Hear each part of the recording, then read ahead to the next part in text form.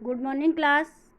मैं हिंदी की अध्यापिका कमलेश सक्सेना आज आपको ऑनलाइन कक्षा कार्य में पढ़ाऊंगी हिंदी व्याकरण। आज हम हिंदी व्याकरण में पढ़ेंगे पाठ 8। पाठ का नाम है सर्वनाम। तो आइए बच्चों पढ़ते हैं सर्वनाम की परिभाषा। सर्वनाम की परिभाषा है संज्ञा के स्थान पर प्रयोग किए जाने वाले शब्द को सर्वनाम कहते हैं।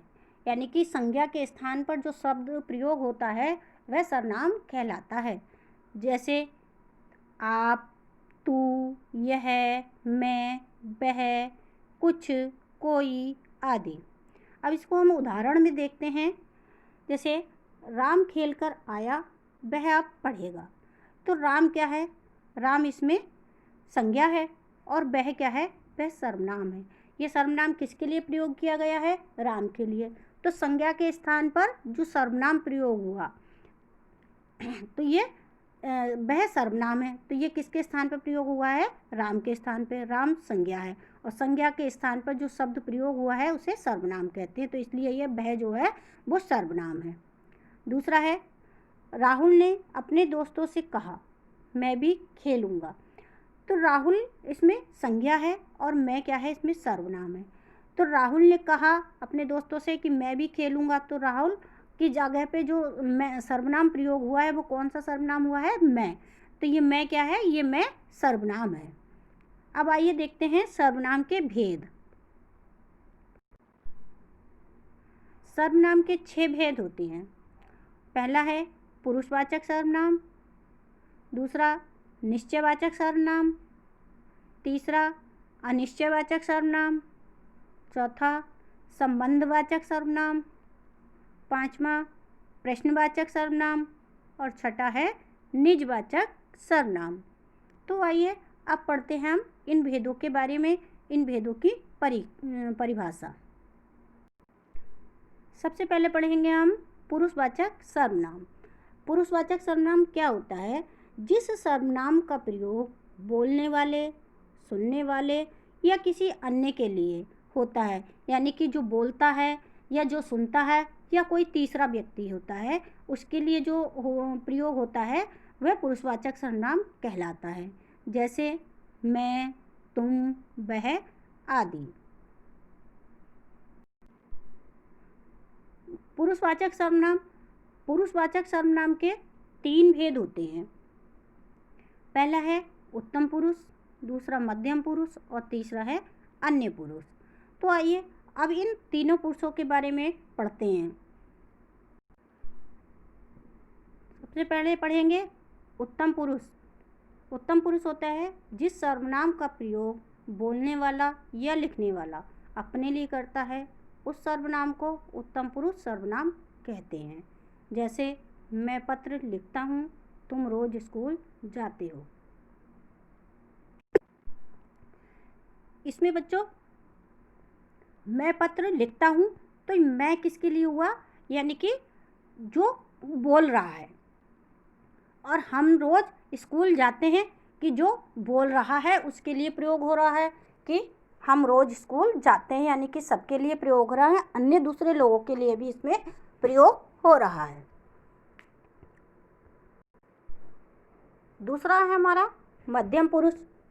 मध्यम पुरुष में बोलने वाला या लिखने वाला जिस सर्वनाम का प्रयोग सुनने वाले या पढ़ने वाले के लिए करता है।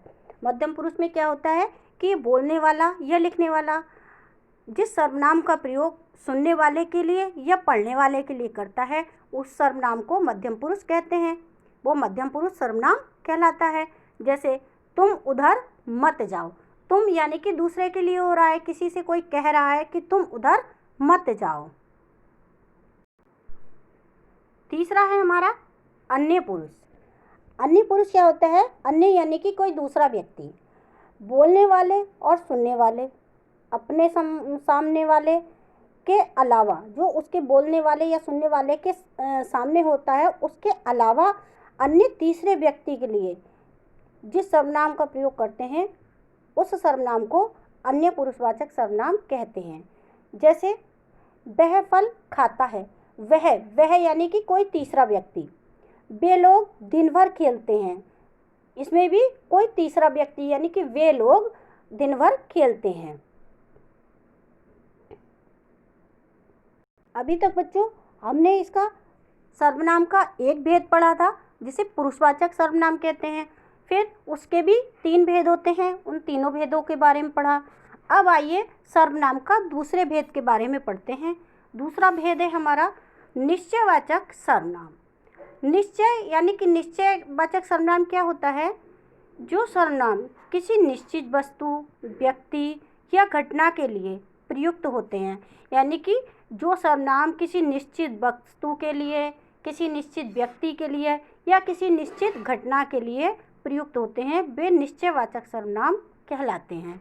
जैसे वह मेरा भाई है, तो ये निश्चित है कि वह मेरा भाई है, ये बात एक निश्चित है कि वो मेरा भाई है। यह एक किताब है, यानी कि यह बात निश्चित है कि यह एक किताब है। तो इसलिए यहाँ पे यह और वह जो है ये निश्चयवाचक सर्वनाम है। अब तीसरा इसमें है, अगला हमारा तीसरा क्या है? अनिश्चयवाचक सर्वनाम। जो सर्वनाम किसी अनिश्चित वस्तु, अनिश्चित व्यक्ति या अनिश्चित घटना के लिए प्रयुक्त होते हैं, वे अनिश्चित सर्वनाम कहलाते हैं। जैसे कोई आ रहा है, यानी कि अनिश्चित है, जिसका अनिश्चित का मतलब होता है कि जिसका कि हमें पता नहीं है कि वह कौन आ रहा है। इसमें उदाहरण है जैसे कि अनिश्चित व्यक्ति कि जिस व्यक्ति के बारे में हमें पता नहीं है, अनिश्चित वस्तु जिस वस्तु के बारे में हमें पता नहीं है, या अनिश्चित घटना की अचानक से कोई अनिश्चित घटना की जिस घटना का हमें पता ही नहीं था कि ऐसा हो जाएगा।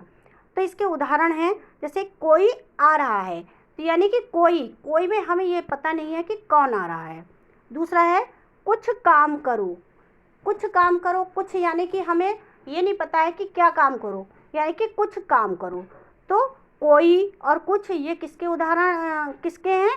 कौन से सर्वनाम के हैं? ये अनिश्चयवाचक सर्वनाम के। अब अगला हमारा यानी कि चौथा हमारा भेद आता है सर्वनाम का, प्रश्नवाचक सर्वनाम। प्रश्नवाचक सर्वनाम की परिभाषा है जिस सर्वनाम का प्रयोग प्रश्न करने के लिए किया जाता है वह प्रश्नवाचक सर्वनाम होता है। यानी कि जिस सर्वनाम का प्रयोग हम प्रश्न पूछने के लिए करते हैं वह प्रश्नवाचक सर्वनाम कहलाता है। उदाहरण है इसके, आपने क्या खाया है, यानी कि हम किसी तीसरे से या किसी सामने वाले व्यक्ति से, किसी दूसरे व्यक्ति से ये पूछ रहे हैं कि आपने क्या खाया है, तो ये हम प्रश्न कर रहे हैं, वो हमें उत्तर देगा वहाँ कौन गाना गा रहा है। दूसरा है कि वहाँ कौन गाना गा रहा है। तो इसमें क्या, कौन, ये क्या है? ये प्रश्नवाचक सर्वनाम के उदाहरण हैं। अगला हमारा आता है संबंधवाचक सर्वनाम। संबंधवाचक सर्वनाम की परिभाषा है जिस सर्वनाम से एक शब्द या वाक्य का दूसरे शब्द या वाक्य से संबंध जाना जाता है वह संबंधवाचक सर्वनाम होता है या कहलाता है। तो इसमें संबंध यानी कि इसमें एक दूसरे से आपस में संबंध होता है, और इसमें जो इसके उदाहरण चलते हैं वो वाक्य में जोड़े के अनुसार चलते हैं। जैसे हम देखते हैं, जो सोवेगा सो खोवेगा। जो और सो यानी कि एक जोड़ा है जो और सो, तो जो सोवेगा वो खोवेगा। दूसरा है जो करेगा सो भरेगा, यानी कि जो गलती करेगा सो उसकी सज़ा भी भरेगा। तो इसमें ये सो और जो है ये जोड़े में है, तो इसमें ये संबंधवाचक है, एक दूसरे का आपस में संबंध है।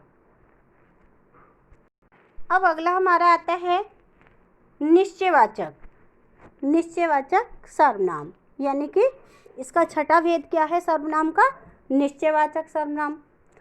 निश्चयवाचक की परिभाषा है वक्ता या लेखक जिस सर्वनाम का प्रयोग वाक्य में अपने लिए करता है उसे निजवाचक सर्वनाम कहते हैं। वक्ता या लेखक, वक्ता कौन होता है? बोलने वाला, और लेखक लिखने वाला। यानी कि बोलने वाला या लिखने वाला जिस सर्वनाम का प्रयोग अपने लिए करता है उसे निजवाचक सर्वनाम कहते हैं। जैसे उदाहरण है इसके, हमें अपना काम अपने आप करना चाहिए। यानी कि लेखक या वक्ता जो बोल रहा है वो कह रहा है कि हमें अपना काम, हमें यानी कि हमें स्वयं को अपना काम अपने आप करना चाहिए, यानी कि खुद ही करना चाहिए। दूसरा है तुम अपना काम स्वयं करो, यानी कि तुम, या दूसरा है वो उनसे कह रहे हैं कि तुम अपना काम खुद करो, यानी कि एक निजवाचक, वह अपने लिए ही कह रहा है कि तुम अपना काम स्वयं करो। ये निजवाचक सर्वनाम के उदाहरण हैं। तो बच्चों, मैंने इसमें आपको सर्वनाम पढ़ाया, उसकी परिभाषा, उसके भेद और उनके उदाहरण समझाए। मैं समझती हूँ ये आपकी समझ में आ गए होंगे। धन्यवाद।